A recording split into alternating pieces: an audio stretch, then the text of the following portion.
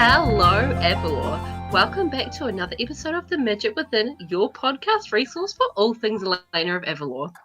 We come to you tonight live from our Elena of Avalor Discord server, and have we got a great podcast for you.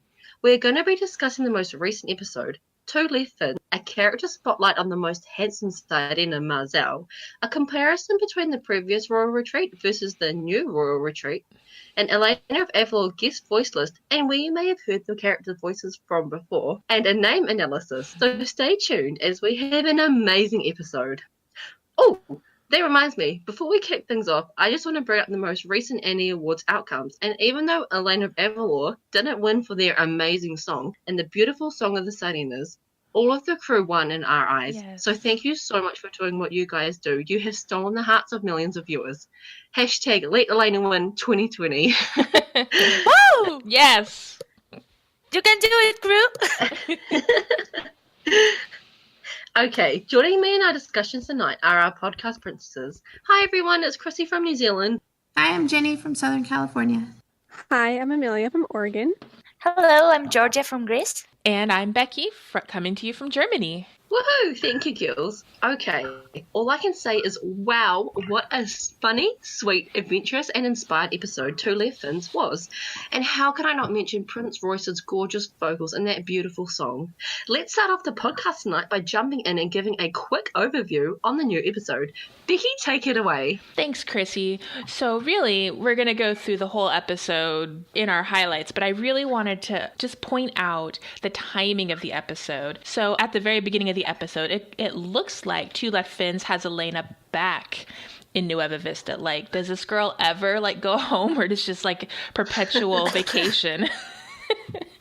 But thanks to one line that Elena said to Marzel about how he only started walking last week, we believe that this episode probably should have aired sometime between Tides of Change and El Capitan. It could be after El Capitan, but personally I think that Marzel's mastery of his feet seems a little bit better in that episode than this. That's True. Mm-hmm. And also, it's definitely said before, snow plays like home. Yeah. It's a more winter episode. Yes, exactly. Okay, so at the beginning of the episode, you see all the Sirenas and humans interacting on the beach together, and so it looks like peace has truly settled between them. And you can tell that some of them are still a bit wary, but they're all just trying to get along, and it looks like they're enjoying it, actually. It looked like they really like getting to know each other and their different cultures and stuff, so I thought that was a pretty cool way to start it off. Mm-hmm. Oh. Then we see Marzel come out of the ocean and introduce himself to the fangirls, and oh, how I can relate. Come on, if Marzel commented on my earrings, I too would fall off that rock. Our sweet prince hasn't mastered the art of walking, which is making him a tad bit clumsy. The poor guy is just a bit embarrassed. Aww. But after Elena's little mini pep talk or whatever, I just thought it was so cute how Marzel was geeking out over the horse and carriage. You could just see the thrill of discovery in his eyes, and he didn't really know what a horse was or what the wheels were. It was really cute, and really, let's just stick a fork in his hair and call him Ariel. So, as a lovely Amelia mentioned before, true peace has settled between humans and Sirenas, and that cannot be more indicated by the fact that Elena invites King Pescoro to the retreat, though sadly he can't attend because, well, he kind of broke his tail. Strained. Poor guy. I can't help but wonder what kind of accommodations they would have made for him if he had gone on the retreat, How would that have worked? I was literally thinking that the first part of that episode. Would he have a big bucket of water he'd be sitting in, or would they all meet on the beach, or that would be amazing, actually. He'd get carried around in a water litter. King Pescoro's bathtub. Ooh, the royal bathtub. That gets carried around wherever they go. Sorry. Awesome. No, it's great. So the amazing thing is that not only do they trust Marzel to take care of the retreat in Pescoro's place, but Marisa is such a mother hen. She definitely is all over the idea of her brother doing something so important. And Elena is too. So it's like seeing Elena are twins or something. Right? And I thought she was so like mother hen like when she was just like, but Dad, you need to rest. Like he wouldn't take care of himself. It's kind of the way Elena was with her abuelo the other day. Yeah, they're so alike. Like more episodes they spend together, they just are mirroring each other in some way. Definitely.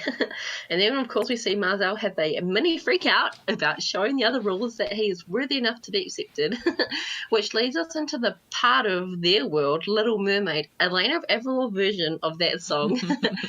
I just love how the EOA team incorporate other Disney movie quotes, just like the one, also one of my favourites from Wizard in Training, that was, "Did you want to build a snowman?" Very creative team. Okay, moving back into the episode, we see Marzel transitioning from who he is, a lovely sirena, swimming in the water with Kuko, and then jumping up on land, still learning the ropes of walking, and life above the water to a fancy ruler with his new attire. The fact that Marzel still opens the door for the villagers like a gentleman shows that he has a beautiful heart and he's just wanting to fit in throughout the song. I love this song, and Prince Royce is a very talented singer. And I also love the lyrics. Eloquently and elegantly, surf and turf, the royal man.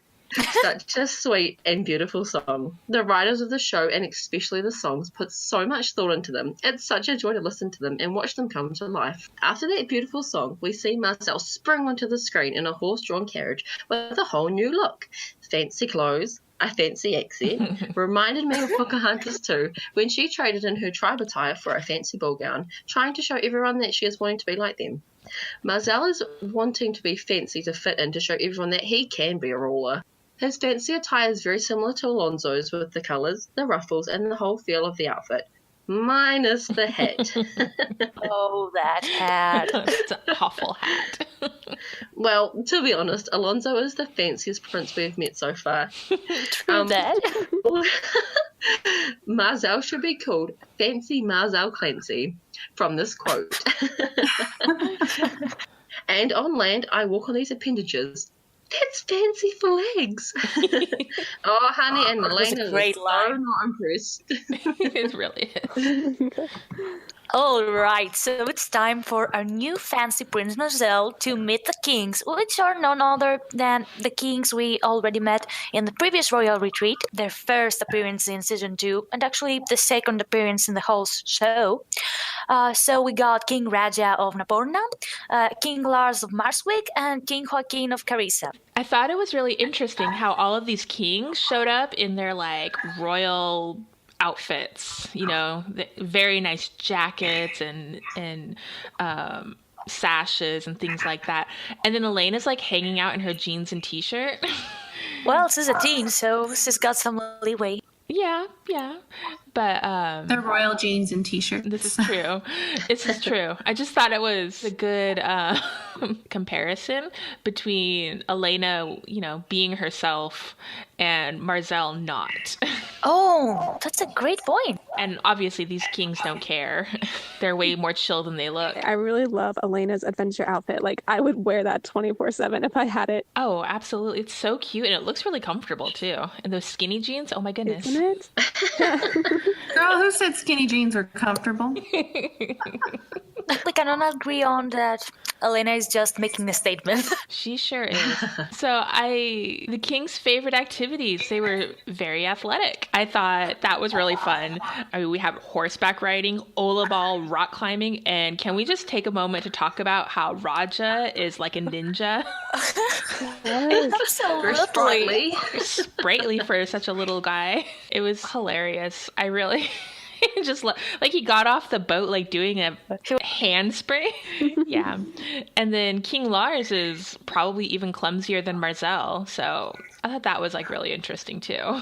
And then poor Mars, these crazy activities, he gets so discouraged. And like, honestly, I would too, especially after seeing Raja climb those rocks. Like, that is just so daunting in the first place. Especially for someone who like never walks on land. Like, I would just quit right there. But he still wants to try, and so he perseveres. And then when he kind of fails, Elena has a different idea and says that he should bring them all to his kingdom. And so kelp shirts for everyone. Woo-hoo. You get a kelp shirt. You get a kelp shirt. Everyone gets a kelp shirt. Right? That's like a meme in the making. Yeah. It's very fitting. It is. So, we see the kings underwater in Coronado, and they are so impressed. And you just have to love how very King Joaquin is just a really nice guy. Your castle is probably the most beautiful I've ever seen. He just knows how to make people feel comfortable. And you can see that Marzel is like finally calming down and he's in his element. But just one moment and that social anxiety takes over and he panics, which I find a little relatable. It's really relatable. Right? They got that down. Yes. And so when he like jumps back into his fancy voice, he's like, hey, if you think that's great, let's go to this, forbidden magical kelp forest and play Crack the Whip. What could possibly go wrong? Oh, yeah. They get tangled up and get turned into sirenas. Oops. I mean, a sirena? How cool is that? If only, you got colorful hair and jewelry too. That would be awesome. Right? I was hoping to see Elena as a sirena. I know, right? It would be cool to see her design, but she had to go be all, like, reasonable and, not join in the fun. Oh, Elena, so mature. Right. All right, so eventually they find out that there's a way to turn them back, and apparently it's a surprise magical flower solution, which is actually the second time we find a magical flower solution. Mm-hmm. Like, remember back in Island of Youth? Yeah. It makes sense they need a fast solution so that they can allow Marzel to learn his lesson and grow as a leader, but also letting the kings stay as Sirenas wasn't really an option considering they have, their own kingdoms to rule. Well, and the other available solutions wouldn't lead to Marzel fixing the problem himself. So he had to give it his best, trying out something that he learned throughout the day, be himself. It was a great message all around. Yeah. And then also, in order to help Marzel, because when he hears that the flower is so far away, he kind of gets a bit discouraged. And honestly, I probably would be too. But Elena gives the best pep talks, in my opinion, because she is able to encourage him and help him just not give up and tell him he got to keep going. And that, really, encourages him. And he decides that he's going to try it. And he starts thinking about what he should do, and that's when he comes up with the underwater carriage. Yes. And oh, yes. It was such a clever idea. And she's just so inspirational, man. But I just have to say, She's the mom friend. She is the mom friend. That's why we all love her. It's so true. Yeah. And so, he's inspired and he figures out a way to get to where they need to go faster. And can we just all agree that that was probably the day that high-speed underwater carriage racing was born in Coronado? Alonso, he'll come down. He likes chariot racing. I would watch that over Super Bowl. Right? Same. Me too. With chips and everything. Oh, kelp tacos! With kelp tacos! Anything. Yes. So then it's a race against time, and Marzel, Elena, and the crew have to find this magical flower, which actually ends up being way out of reach on a beautiful island with a waterfall. Doesn't that sound really familiar? It sounds really familiar. Oh God, it's too bad Mateo wasn't there. Oh. Too bad we don't have a tamborita. Right? Or a royal wizard. Would have Island been of so Youth easy. vibes here. Totally. Yeah. Right? Enter kidding. the royal wizard. I'm just kidding. No, but I was totally getting the Island of Youth vibes Yes, there. Exactly. I felt the same way the first time I saw it. Yeah. Clever. Mm-hmm. Nice throwback. Yeah. So Elena tries to, handle it herself, save Marzel from having to do it. He has been kind of clumsy this episode. Poor guy. And she manages to hurt. Well, not manages. God, that's awful. Well, She the shoe fits. she always manages to do something, our dear little Elena.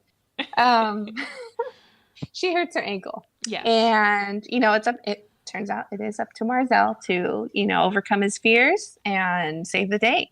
So he does just that. He jumps into action. He manages with, what's his name? King Raja. Taj. King Raja. I was going to say King Raj, but I was like, That's wait, close. is that his nickname? Okay. The Rajanator. Yeah. Should I say that? Oh my God, I'm going to do it. Okay, so with the help of the Rajanator. I think that's a Hectorism. Oh God, it is. I probably shouldn't use that one. Okay. It's funny. Okay, with the help of King Raja, he's able to get up the cliff and retrieve the flower, basically save the day. Woohoo. Go Marzel! Yay, Marzel! Yeah, and so the kings are like extremely happy too, which makes sense. And so they're kind of like, they're just basically big goofballs because their dancing skills are, I feel like everyone on this show has like crazy dancing, and honestly, it's great. Never forget. Even Elena. They all do. We got Esteban, Elena, Mateo. We got a whole bunch of people. But anyway, this is why Marzel has nothing to worry about in the first place, because in reality, they are bigger dorks than he is. Exactly. Yes.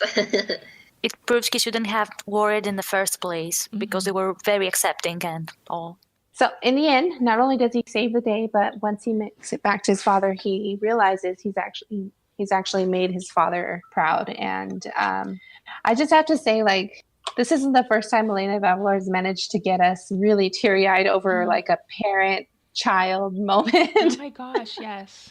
Hits you right in the feels. It did. And like, I think the more recent one was Alonso with his father in lava story. Like, yes. Like I remember that just being like, oh, and the father called him Mijo. Yes. Oh, that was so sweet. So sweet. You guys are just gonna make us like a bunch of crying moms over right? here. Thanks a lot. Crying over a kid's cartoon. So Marzel learned his lesson, he made his family proud, and he is actually, next time we see him, he's having fun with the kings. He gives suggestions for activities for day 2. They're actually going for day 2 after this entire... Yeah, it's great. So everyone plays discus and they seem to have fun. And Marzel is actually getting even more adjusted to his legs and all. I have to say that King Lars makes a really good point. I like how he said, I'm not good at the game either, but I still love to play. And I just think, that's a good lesson for everyone, especially for kids, like who might get caught up in like the perfectionism of things. But it's more about having fun than anything else. Absolutely. And of course, to wrap things up, moral of the story, be yourself always. Yes. Unless you can be a Serena, girls. then you should be a Serena. Just Always. kidding. Yep. Okay, what were your favourite parts? Mine have to be, I have two actually. I am always just so impressed by the level of animation of the Elena of Avalor team. They can accomplish so much. Like, especially this episode with the colours of the clothing, the building, the underwater palace with the coral, just to name a few, just so bright. And the details on the clothing, right down to the bows on the bottom of Marzel's fancy pants. And of course, that wall of bubbles and just the random bubbles in the water. I'm always in so much awe with their creativity and execution. It just brings such an enjoyment to watch. Mm-hmm. And my second favourite part of this episode was Marzel's song. Prince Royce's vocals are just a pleasure to listen to. The song itself was just so inspired. I could really feel the emotional of a torn Marzel, proving his worth. Mm-hmm. They're just beautiful lyrics and such an overall beautiful song. Okay, Jenny, what about you? So the song was my favorite part. Prince Royce already has like a huge chunk of my playlist, even before he joined Elena of Avalor. But the song is very touching and, dare I say, reminiscent of The Little Mermaid's Part of Your World, which, by the way, was like totally my favorite movie growing up when I was like 4. Right? Same here.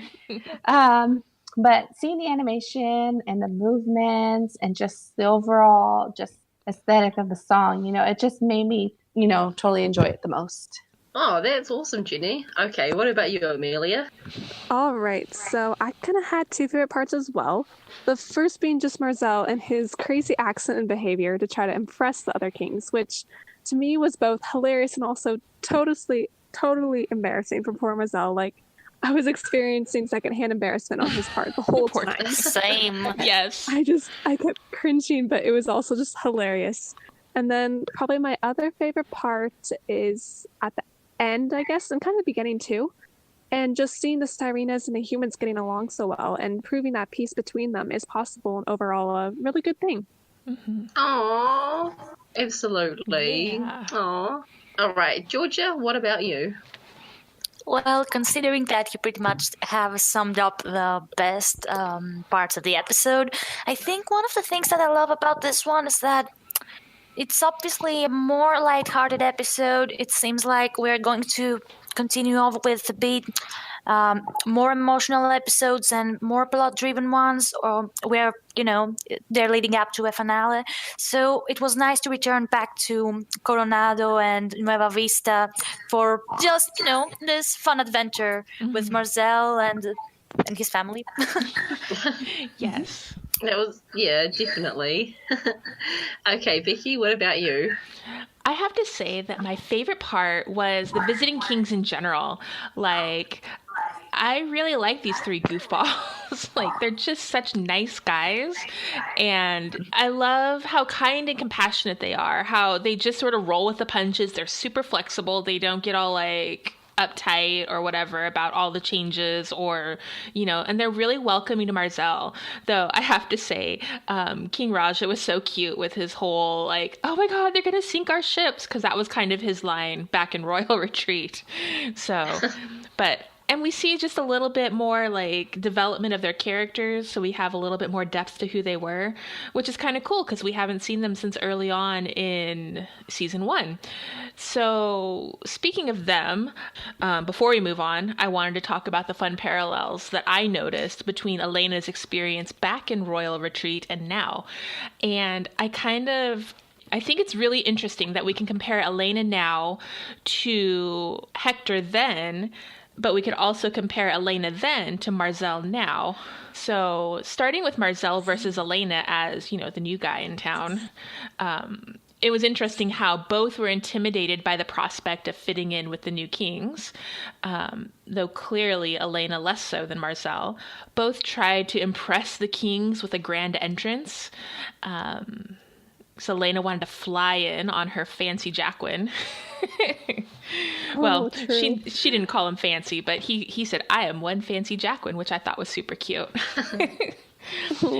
But one area where they differed was that Marzel's first instinct is to change everything about who he was, while Elena, though nervous and trying to fit in, fundamentally stays true to herself. Though I do think it's worth noting that Marzel never really changed who he was, like, morally, I guess. Like, he didn't make any, like, do anything bad. He just tried to change the essence of who he was, as far as, like, being a Sirena and trying to be human. Like, more physically. Yeah, you're right. Exactly. But, like, he didn't make any, like, awful, like, oh, I can't even think of a good example, so I'm not even gonna go there. Anyway, I'll give you my voice so I can go You get what away. I'm saying. Exactly. So then moving on to Hector versus Elena as the host of the retreat. Is anyone here, and maybe this is just like an American 80s thing, I don't know, but does anyone here remember the Goofus and Gallant comics in the Highlights magazine? Or am I like revealing my age? We haven't talked about that, but well. So when I was a kid, like my favorite thing about going to the doctor's office or the dentist or whatever were these magazines. There were Highlights magazines, and they were for kids. And inside them were these little bitty comics, and they had Goofus and Gallant, and it was basically like an illustration of the right way to do things and the wrong way, and usually it was like manners. So anyway, I just thought that Hector Two-Face for Batman? yeah, something like that. I thought that Hector versus Elena kind of really was like Goofus and Gallant. So here's a few of those moments that really stuck out to me. Hector is a bully who makes his guests feel inferior, while Elena is warm and welcoming. Hector insists on doing everything his way, while Elena is flexible and willing to accommodate her guests. Hector makes jokes at others' expense, while Elena is concerned about making sure her guests feel welcome. Hector insists everyone play his favorite game, while Elena arranges for everyone to enjoy their favorite hobbies together. I swear this could make like a kid's book right here. True. Hector, It's all about morals. It is. Hector only wants to talk about himself, while Elena wants to share ideas about how to serve others. And there you have it, folks. Goofus and Gallant, the Elena of Avalor edition. I could buy a newspaper for that. Just for that. Just for the comic strip. Right? It sounds amazing. I think I see an edit project in the future, in my near future. Sounds like a promise. Right? Oh my goodness. Wow, Becky, that was amazing. I also think that the Kings much rather enjoyed Elena's version of the Royal Retreat. As you can see them really come into their own. Okay, let's move on to the man/Sirena of the hour, Mr. Marzel himself. Take it away, Amelia. All right. So, since we're going to talk about our favorite Sirena prince, it seems only fitting that we first bring up just how much we've gone to see more of Marzel's overall character in these last few episodes in Song of the Sirenas. So I don't know about anyone else, but my first impression of Marzel was that, compared to his sister Marissa, he was kind of the more responsible, level-headed one of the two, and had a tendency to stick to the rules and was always getting after her for breaking them. Though, as exasperated as he was with his sister for most of the movie, he often ended up going with her plans just so that he could protect her and keep her from getting into any more trouble. Yet come Two Left Fins, and we see a different side of Marzel. One that is much more carefree and curious than the previous version of him that we've seen previously. I think that once the humans and Sirenas made the alliance and now live in peace, Marzel was able to let his guard down around the humans and things concerning them. And in reality, I think he's just as inquisitive and fascinated with humans as Marissa is. I agree, because if you remember in Return of El Capitan, it was Marzel who just kind of randomly came to Sor to hang out for fun, and was trying out his legs and exploring the land before eventually returning back to his home. Yeah, and then in this one, we see him being all interested in how to play discus, and he's completely captivated with the horses and the carriages they're pulling, and you can tell he enjoys learning about human culture and other activities. Right? I feel like he's almost like a little kid in a candy store, just kind of overwhelmed and wanting a taste of everything. That's actually probably fairly accurate. But then when Elena invites him to attend the royal retreat, we see yet another side of Marzel that hasn't been shown to us yet. And suddenly his curiosity seems to transform into worry, as he thinks the other kings will only care about his human side, and he believes he needs to be a real human to prove himself as a true royal. And so, we get to see him sing his beautiful song, Most Royal Man, where he struggles with how he should act, and copes by going on a shopping spree. But then that leads us to the outrageous outfit and phony accent, and we see that Marzel will stop at nothing, certainly not his dignity, to try and prove that he is a worthy prince and that the Sirenas are represented well through him. You know, it was almost painful to watch Marzel, like, pretending to be someone he wasn't. I mean, we all knew it was fake, but the other kings were probably so confused. Like, they tried to be nice and understanding in spite of the crazy, odd tactics Marzel was using. Yeah, but they were probably still so confused, but Right? I kind of cringe, to be honest. I think in all, overall, though, it was necessary for Marzel to go through all of that and make all the mistakes that he did, because he seems like the type of person who learns through firsthand experience. And if he hadn't done any of those things, he would have probably never realized the importance of being true to himself, and that he didn't have to be super pompous and regal to be accepted by the other kings. And I think this lesson he learned will help him become a better leader in the future, too, as he now knows not to let his want for acceptance cloud his judgment about what's best for everyone around him. So, yeah, I'm not sure what episode Marzel's going to be in next, but whenever it is, I'm already looking forward to it because he has such a good character and I can't wait to see more of him. I just love his character so much. From the character design, his personality, and his voice, amazing. Okay, moving on to a segment that I thought might interest you all as much as it did me, is the Elena of Avalor guest voice actors. I want to run through a list of some of the amazing talent on the show. Listen along and see if you recognize any of these voices. First up is Chiku, the Noblin leader, who is played by Lucas Grabeel. better known as Ryan Evans, Sharpay's twin brother from High School Musical, or Yay. Deputy Pete from Sheriff Kelly. He's traveling over the whole Wild West, giving super shiny deputy stars. Next up is King Toshi. He is voiced by George Takei. Oh my. Who is the one and the only Sulu from Star Trek. And of course, how can I forget his brother Soji, voiced by James Say. If you're an Avatar of the Last Airbender fan, he is the "not my cabbage" guy. Oh, my cabbages! Seriously? Right? Best guy. A legend! Okay, Fierro. He is voiced by an amazing voice actor, Hector Elizondo. He was the famous Joe, the right-hand man to the Queen and Mia Thermopolis in Princess Diaries. You can call me Joe. Also, another Avatar Last Airbender fan, he also voiced Wan Shitong, Spirit Owl in the library. Whoa. Mm-hmm. Okay, that brings us to gorgeous Prince Too Charming, Mr. Alonso. He is voiced by the handsome Tyler Posey, who of course is Mr. Teen Wolf himself. Everything in my life is somehow perfect. Why are you trying to ruin it? Ooh. One of my favourite voice actors who's voiced Professor Mendoza is Grey Griffin, who is Miss Daphne Blake from Scooby-Doo. Oh, jeepers, Professor. Where do you think the ghost might be hiding? Again, with Avatar, she is Azula, which I thought was so cool. Oh my gosh. I know. How could I forget? She is Vicky from... I just watched the episode where she was introduced last night. Now I'm going to have to listen more closely. Yes, it's amazing. She does a really, really good job of portraying that actor too. Mm-hmm.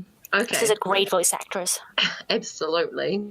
And how can I forget, she's also Vicky from Fairly Odd Parents. And just a little quick one, she also voices the spirit squirrel or chipmunk for you not New Zealanders and spirit monkey business. Okay, moving on to one of the most memorable kings for all the wrong reasons is King Hector, voiced by literally one of the kings of voice acting, Jess Harnell, who has voiced so many of our beloved cartoons. Crash Bandicoot, Spyro, Ironhide from Transformers, Chili from Doc McStuffins, Marlin from the Finding Nemo game, and also Chief Zephyr from Elena. And, oh my goodness, get this guys, he's Cedric from Sophia the First. And now, if you'll excuse me, I'm going to retreat to my workshop to cry. That was crazy. No way. He's a great character. I know. I love that he voices Zephyr too. That's so crazy. Yeah. And he makes it all Great. sound so different. It's very, that's a lot of talent. Good voice Huge lot acting. of talent. Absolutely. And singing too. Mm-hmm. Yes. Okay, speaking of kings, how can we forget about the other royal kings in the royal retreat? King Joaquin, voiced by Echo Cullum, who is Curtis Holt, Mr. Terrific from Arrow. Green Arrow showed up right about the time that you came back at the time. King Raja, who is voiced by Asif Mandavi, who also voices the Pirate Pharaoh from Jake and the Neverland Pirates, as well as Commander Zhao from the live version of Avatar The Last Airbenders. We could show the world the true strength of fire. Okay, OAT, Seriously? I think we get that you guys like Avatar, but the thing is, we love it too, so keep them coming. Seriously. And last but not least of our kings is King Lars. Okay, guys, can you please hold on to your chairs because this clumsy King Lars is voiced by Jeff Bennett. Okay, he's also no stranger to voice acting. He is Johnny freaking Bravo, right? Oh my goodness. Hello, 911 emergency. There's a handsome guy in my house. Oh, wait a second, cancel that. It's only me. King Lars is Johnny Bravo. Even Yeah, he's also a veteran voice actor. I know. And also speaking of Jake and the Neverland Pirates, Mr. Bennett also voices Mr. Smee and Bone. Okay, moving down the list, we have our lady, Miss Orizaba. Yay. Eden Espinosa, she also voices Cassandra in the Tangled the series. Okay, in my defense, no one's life was really threatened until you showed up. I'll never hear her the same way now. This is crazy. Me neither. I love it. Right? Okay, because I love Marvel, I love everything Marvel, I was so super excited that Grant George, who voices Troyo, he also voices Scott Lang, aka Ant-Man, in the Marvel animated TV series Avengers Assemble and the Ultimate Spider-Man. For the next demonstration, I'll need a volunteer. Nice. Nice. Yeah. Oh, yes, Kakuwate. I love Kakuwate. He is amazing. He is voiced by Richard Kind, who also voices Bing Bong from Inside Out. I was looking for diversion. What? So long, sucker. And if you rewatch that, you can definitely tell that it's a little bit of a hint of Kakuwate on there. Whoa, I never noticed that. I know. And also, Well, if you guys love my reality. Pixar, yeah. Also, if you guys love Pixar movies, he's appeared in quite a few of them, like The Van and Cars, Bookworm and Toy Story, and Molt and Bug's Life. Nice. Okay, moving on to the Sunbird Oracle, Mr. Kitamos, Richard Cheech Marin, who also voices Raymond in Cars, and Uncle Felix from Spy Kids.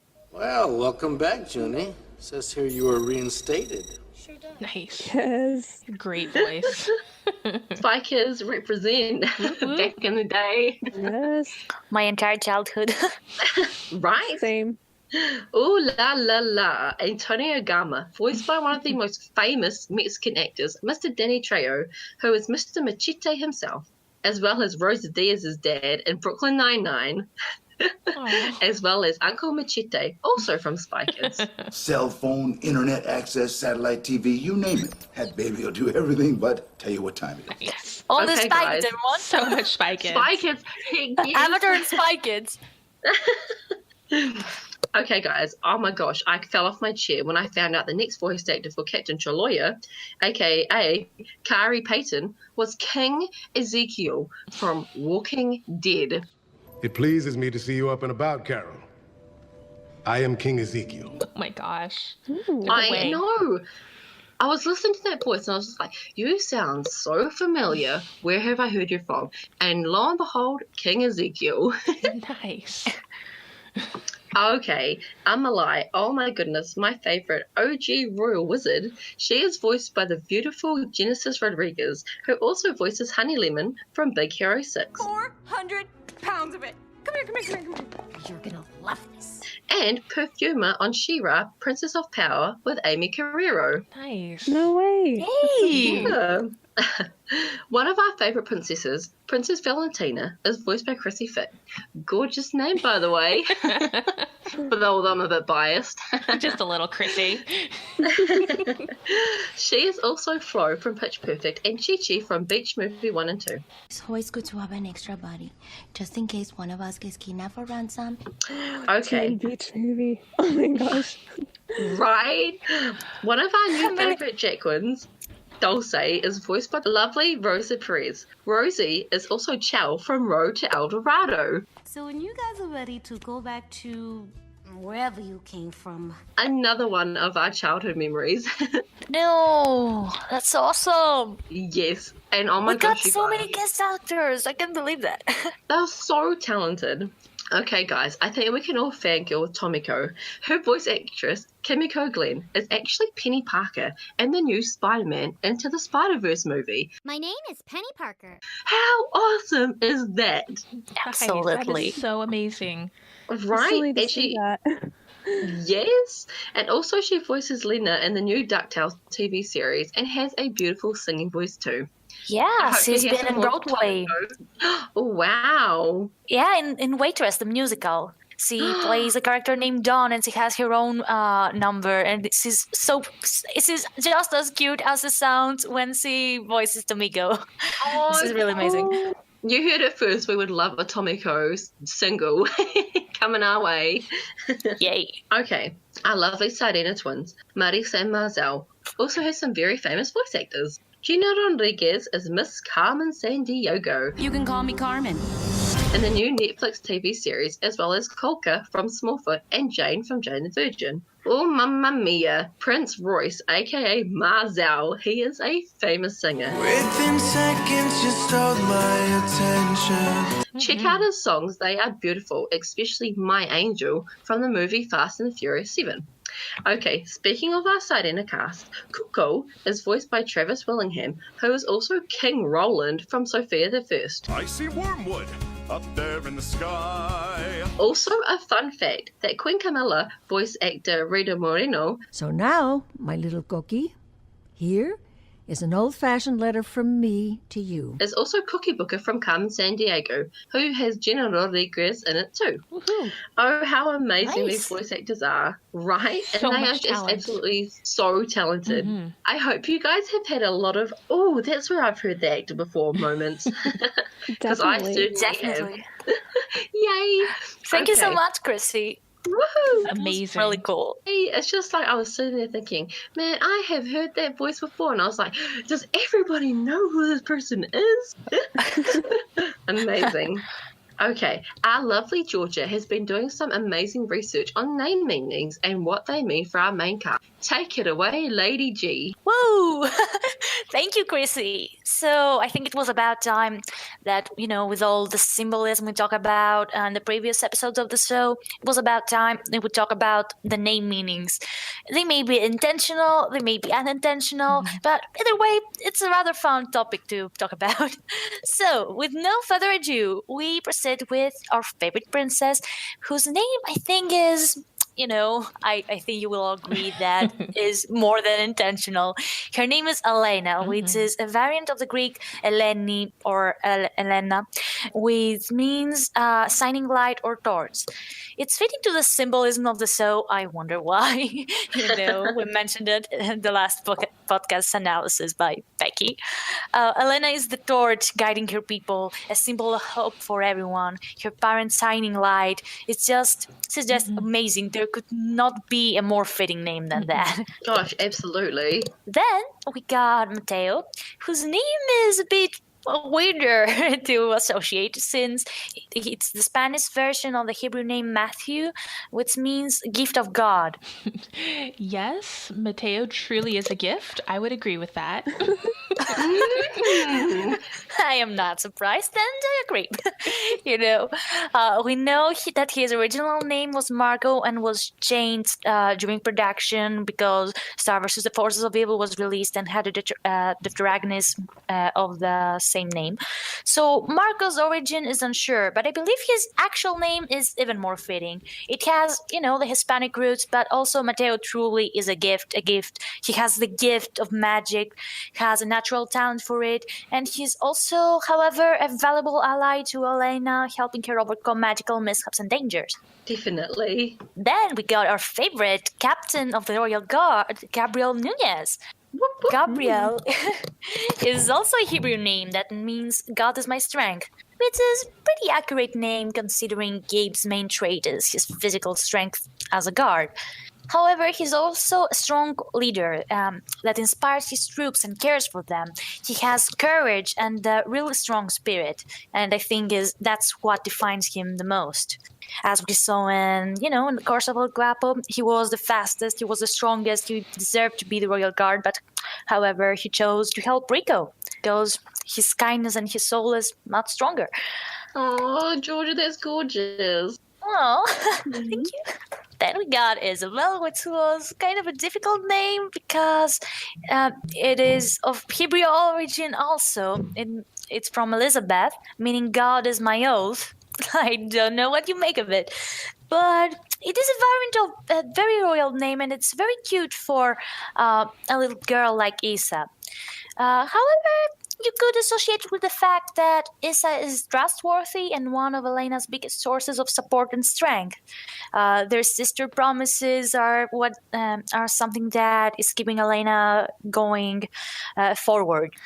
All right, that's the next one is one that I have theorized a lot about, but there it comes. Near and dear to your heart. heart. I'm not sure if it's, of course. Okay, so we got Esteban, whose name is also a name of Greek origin, derived from the Greek Stephanos, meaning crown or wreath. It's also really, yeah. It's the second name of Greek origin, and like his cousin, it's like it also starts with an E.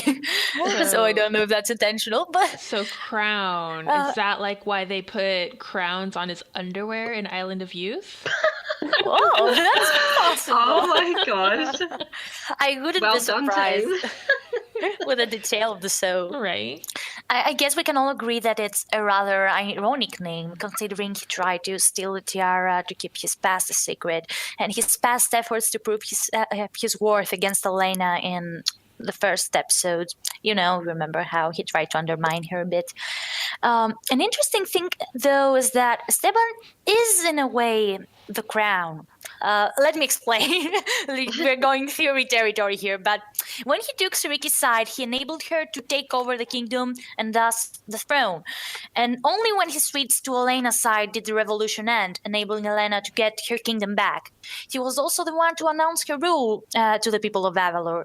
So I don't know if that makes any sense, but in a sense, he kind of he is a package deal with the crown. That makes sense. Yeah. Okay, next up we got Naomi, our favorite councilwoman and best friend, with a name that's also of Hebrew origin, meaning pleasantness.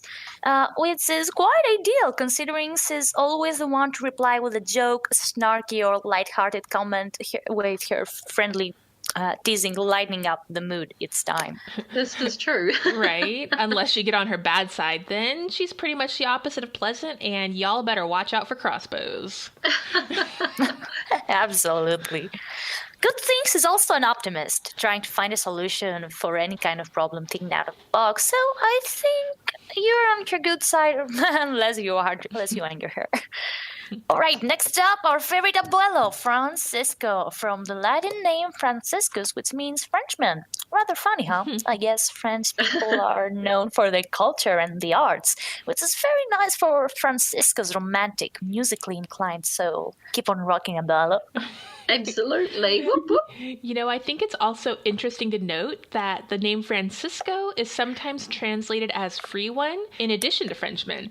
So even more interesting to me is that it turned up in my search as a name inspired by Shakespeare, since it appeared in both Hamlet and The Tempest. Though both minor characters, one Francisco was a soldier or guard, and the other was a minor lord, and both of those kind of fit our beloved abuelo status in the show. Oh, this is perfect, Becky. That's a great point. I wouldn't have thought of that, but it definitely sounds like Francisco. And Francisco would be nothing without his beloved Luisa. His name is the feminine form of Louis, a name derived from the German Ludwig, meaning famous warrior. One would think... Yeah, one would think of this as a name perfect for Gabe, but luckily Luisa is quite a feisty grandma.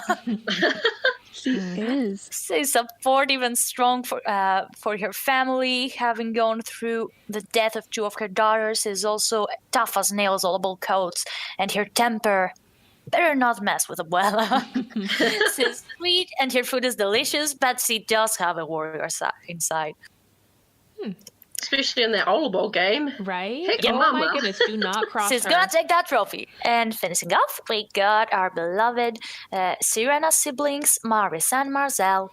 Marisa is a name of Latin origins meaning of the sea. Well, Marisa is a mermaid, but in Song of the Sirenas, she's also the main representative of the underwater kingdom of Coronado, and the person trying to make amends and fix relationship between sea and land. So she is the sea to Elena's land dynamic, which is absolutely perfect. Oh, yeah, well done. And then Marzel, well, that was kind of a difficult one, and Becky has some ideas on that too. From what I found, Mar, just like his sister's name, means sea in Spanish. He's a mermaid prince and a future king, so that is not well adapted to land. So the closest I could find to the Zel part, however, is that he could be connected to the Latin zelus, which means zeal. Honestly, it is kind of fitting because Zel means devotion for a person or cause or ideal or determination in its furtherance. And Marzel, as a future ruler, wants what is best for his kingdom. Mm-hmm. And as seen in the episode, he was quite eager to make his father proud as well. Yeah, this is absolutely true. So I did a little research, when we were working on this, and I also found that Marzel is a derivative of the name Marcel, like Marcel, or Marcus, which means dedicated to Mars, who is the god of war, which... To me, while Marzel seems like more of a peacemaker, I think he certainly has a warrior's heart, loyal, brave, and true.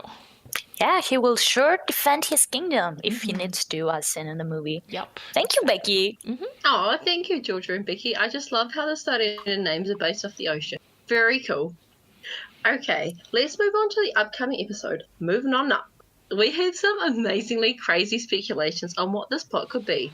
Dun, dun, dun. Take it away, Lady J.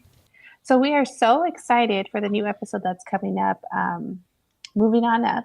So initially, we had come up with a bunch of speculations about what this episode was going to be. So that was before we got the actual summary of the episode. Yeah. So I thought it'd be kind of fun to go over some of the speculations that we had initially. I'm sure you remember. There were some good Becky. ones. Yes. So initially, some of those speculations that we had were, the Delgados moving on up in the magic Malaga world with the help of Mommy Delgado. I don't know. We don't have a name for her yet, right? Right. I don't think she has a name yet. She's just Mommy Delgado. And even that's like informal, like, not official. I know. She didn't have to take the Delgado name now that I'm thinking about it. Exactly. She could be like, some wizard name. Sorry, I'm detracting. But that was the initial one. Then we thought, this is probably a little far-fetched, but, we like to have our fun with our speculation. But so the next one we had was like Mateo has a chance to show off his Olabomb moves that we saw in Blockhead, and it's handpicked by Louisa to join the team for the next tournament. I'm pretty sure that was a Chrissy speculation. Chrissy. I love you for that. Right? It can't be too far-fetched. I mean, it would be nice to have all of Team Avalor on the team. That would be really fun, actually. Yeah. Let's see. What else did we have? Gabe comes home and makes some tamales that he missed out on Navidad. Aww. And yeah, imagine if we were thinking the castle chef is so impressed with his baking skills that they ask him to become the chief captain tamale maker. I think Louisa would get jealous. Maybe she's the one that recruits him. There you go. Like, you can't take my title. Alas. Or, since we know that this is probably coming up some way or another, since Cruz has kind of been kicked out of his position as next chief of the Jack Twins. But, we also thought maybe this would be a prelude to Chief Mix, Daddy Mix. Yeah. Well, Chief Daddy is the song that Gia Lopez was singing on Twitter. I think it was Twitter a few months ago. And it's for an episode called Father in Chief, I think, from season 3. Oh. Or maybe it's season 2. I honestly don't know which season it is. It could be any. Yeah. At this point. Yeah, We're just speculating. I know. But, or it could also potentially be like Skylar moving into the leadership position. His dad is like Jacqueline King. Right. And he's been ruling for 50 years. That's a long time. That is. Time for some fresh faces. Right. Do we even know how old Jacqueline's lived to be? No, actually. I kind of wondered that ever since we saw Secret of Avalor. Right. They sounded like they'd been around for a while, Right. Yeah. But alas, none of that was meant to be. For the better, honestly. Yeah, that's fine. Because we have the real summary now. Yes, and I'm so excited for it. I know. The actual summary for the episode is when Elena invites Mateo to move into his own royal wizard quarters within the palace. Headcanon confirmed. Okay, his mother assumes that she's invited to move in too. Awkward. But I'm so excited for this episode. Just because I think we've been waiting for it since, like, oh my God, how long has it been? Like a year?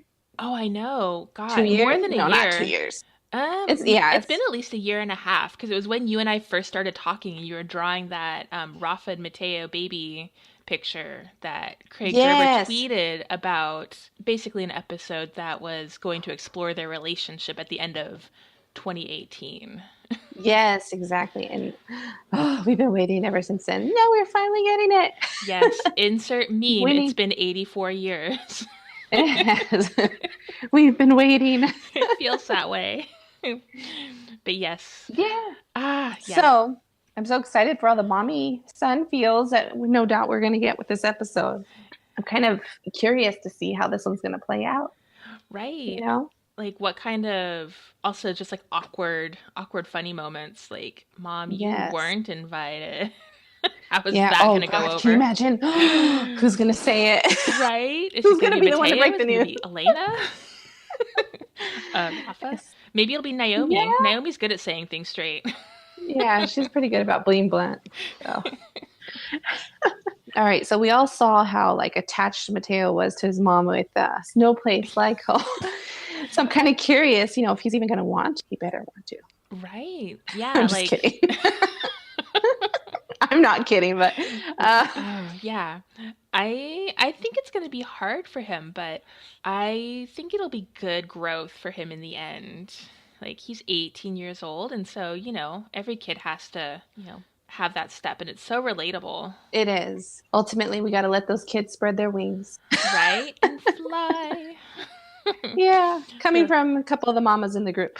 Exactly. Like, and I mean, really, I'm just like picturing it like, sure, I can send you off to, like battle the evil sorceress and rescue the princess and do all these other like, scary battle things. But moving out of the house across town, oh my God, no. I know. That's just too much. So, yeah, we're all excited here. I hope you guys are excited. Yes. Thank you, Ginny. I can't wait to see this one. Maybe some Delgado Malvago lessons, or maybe some Mateo Oliver moves, like Magical Mateo or Mateo Madness another time. Okay, but seriously, this new episode is going to make us cry all over again. Okay, let's turn the mic over to Becky for Twitter time. Woohoo! Thanks, Chrissy. Sing it, girl. So, last month, or a few weeks ago, or I don't know, time's really flying by, so I've kind of lost track of where we are during the year. Recently, on Twitter and Instagram, we had a poll for who is the biggest, baddest EOA villain of all time. And I know y'all are dying to know who won the tournament. Funny thing is, our Twitter audience had a different opinion than our Instagram audience. So we have two different results. On Twitter, the winner is, drumroll please, Carla Delgado. Woohoo! Yeah. No. Yes. And on Instagram, shocker of all shockers was Shariki. Oh, well. Right. Expected. But wow, Carla bit Shariki on Twitter. Yeah. That's pretty cool. So, to honor the recent Sirena episode, Two Left Fins, we will be playing a fun little game. What is your Sirena name? It'll be coming up on our social media pages soon, so make sure you tune in for that. And over on Discord, we the week up to Valentine's Day, we will be hosting a Ship Appreciation Week. So head over to the Discord server and share your appreciation for your favorite Elena of Avalor ships. More details about that on the Discord server. And I just wanted to share a quick little teaser of our next episode.